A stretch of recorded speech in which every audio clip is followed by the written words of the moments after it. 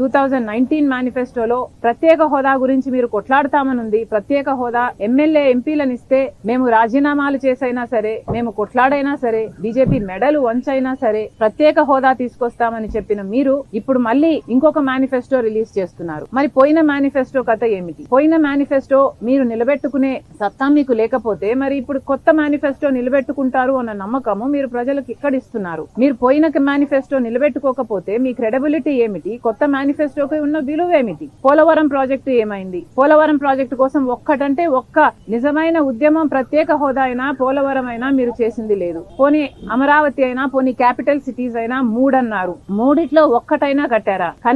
కనీసం ఈ రోజు ప్రజలు తలెత్తుకొని చెప్పుకునేటట్టు ఒక క్యాపిటల్ సిటీ కూడా ఆంధ్ర రాష్ట్ర ప్రజలకు లేదు అంటే ఇది అవమానం కాదా? పోయిన మేనిఫెస్టోలో మీరు పెట్టిన అంశాలు పూర్తి మద్యపాన నిషేధం. మరి పూర్తి మద్యపాన నిషేధం మీరు ఎందుకు చేయలేదు? పూర్తి మద్యపాన నిషేధం అని చెప్పిన మీరే, మీ సర్కారే ఈ రోజు మద్యం అమ్మే స్థాయికి దిగజారింది అంటే మరి మీకైనా మీ మేనిఫెస్టోకైనా ఏమి క్రెడిబిలిటీ ఉంది అని కాంగ్రెస్ పార్టీ ప్రశ్నిస్తుంది. ఈరోజు జాబ్ క్యాలెండర్ గురించి పోయిన మేనిఫెస్టోలో మీరు చెప్పిన అంశము ప్రతి జనవరిలో సంక్రాంతి ఎలా వస్తుందో జాబ్ క్యాలెండర్ కూడా అలా వస్తుంది అని మీరు చెప్పారు 5 సంవత్సరాల క్రితం. మరి దాని మాట ఏమిటి? జాబ్ క్యాలెండర్ ఒక్కటి కూడా 5 సంవత్సరాలు గడిచింది, 5 సంక్రాంతులు గడిచాయి, కానీ జాబ్ క్యాలెండర్ మాత్రం ఒక్కటి కూడా రాలేదు. మరి మీరు ఏం సమాధానం చెప్తారు?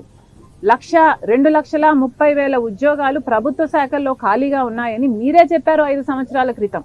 ఆ ప్రభుత్వ శాఖల్లో ఉన్న ఉద్యోగాలను మీరు ఇప్పటికీ భర్తీ చేయలేదు. ఆ ప్రభుత్వ శాఖల్లో ఈ రోజు వరకు కూడా అవే ఉద్యోగాలు 2,25,000 ఉద్యోగాలు ఇంకా ఖాళీగానే ఉన్నాయి. మరి దానికైతే ఏమిటి? మరి బిడ్డలకు ఉద్యోగాలు ఎందుకు ఇవ్వటం లేదు? మీ కార్యకర్తలకు మాత్రం వాలంటరీ ఉద్యోగాలు ఇచ్చి అవి ప్రభుత్వ ఉద్యోగాలుగా చూపించి మభ్యపెట్టే ప్రయత్నం చేస్తున్నారు అంటే ఇంతకంటే దిగజారుడు రాజకీయం ఇంకొకటి ఉందా? మీ మేనిఫెస్టోలో పోయినసారి మీరే విలువ ఇవ్వకపోతే మీరు పెట్టిన అంశాలకు మీ కొత్త మేనిఫెస్టోకి ఏ విలువ ఉంటుంది, మీరు ఏ క్రెడిబిలిటీ ఉంటుంది అని కాంగ్రెస్ పార్టీ ప్రశ్నిస్తుంది. రాజశేఖర రెడ్డి గారు తలపెట్టిన జలయజ్ఞం ప్రాజెక్టులు, ఆంధ్ర రాష్ట్రంలో 54 ప్రాజెక్టును రాజశేఖర రెడ్డి గారు తలపెట్టారు. దాంట్లో 12 ప్రాజెక్టులను రాజశేఖర రెడ్డి గారే పూర్తి చేశారు. మిగిలినవి 42 ప్రాజెక్టులు అని మీరే 5 సంవత్సరాల క్రితము నవరత్నాలలో భాగంగా అన్ని ప్రాజెక్టులను పూర్తి చేస్తాము, 1,40,000 కోట్ల రూపాయలు అంచనాతో రాజశేఖర రెడ్డి గారి జలయజ్ఞాన్ని పూర్తి చేస్తామని మీ మేనిఫెస్టోలో మీరు పెట్టారు 5 సంవత్సరాల క్రితం. మరి ఈ 5 ఏళ్లలో ఎన్ని ప్రాజెక్టులు పూర్తి చేశారు? కనీసం సగం చేశారా, 10 చేశారా, 5 చేశారా అంటే ఏది చేయకుండా పోయింది. రాజశేఖర రెడ్డి గారు 90%, 80%, 70%, 50% పూర్తి చేసిన ప్రాజెక్టులను కూడా మీరు పూర్తి చేయలేకపోయారు అంటే మరి మీ మేనిఫెస్టోకి ఏ విలువ ఉంది? పోయిన మేనిఫెస్టోలో మీరు చెప్పిన మాట మీరే నిలబెట్టుకోకపోతే ఈ మేనిఫెస్టోలో మిమ్మల్ని ఎందుకు ప్రజలు నమ్మాలి అని కాంగ్రెస్ పార్టీ ప్రశ్నిస్తుంది. పోయిన మేనిఫెస్టోలో ఇదే వైసీపీ ప్రభుత్వం, ఇదే వైసీపీ పార్టీ జగన్మోహన్ రెడ్డి గారు చెప్పిన విషయము 3,000 కోట్ల రూపాయలు ధర స్థిరీకరణ నిధి కోసం రైతులకి ప్రతి సంవత్సరము పక్కన పెడతాము, దాంట్లో నుంచి మద్దతు ధర వచ్చేటట్టు ప్రతి రైతుకి మేము అండగా నిలబడతాము అని మీరు పోయిన మేనిఫెస్టోలో మాటిచ్చారు. మరి దానికైతే ఏమిటి?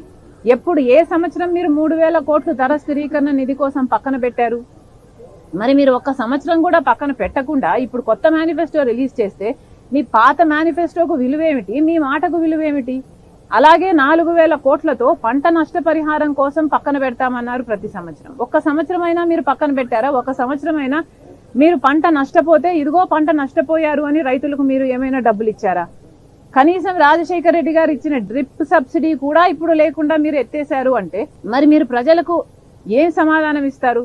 ఇలా 1 కాదు 2 కాదు, మీ పోయిన మేనిఫెస్టోలోనే ఏ సమాధానము ఇవ్వలేని పరిస్థితి మీకుంది. మీరే మాట నిలబెట్టుకోలేని పరిస్థితి మీకుంది. మరి అలాంటప్పుడు మీ కొత్త మేనిఫెస్టోకి ఏ విలువ ఉంటుంది? ఈ మేనిఫెస్టో ఎందుకండి చెత్తబుట్టలో పడేయండి.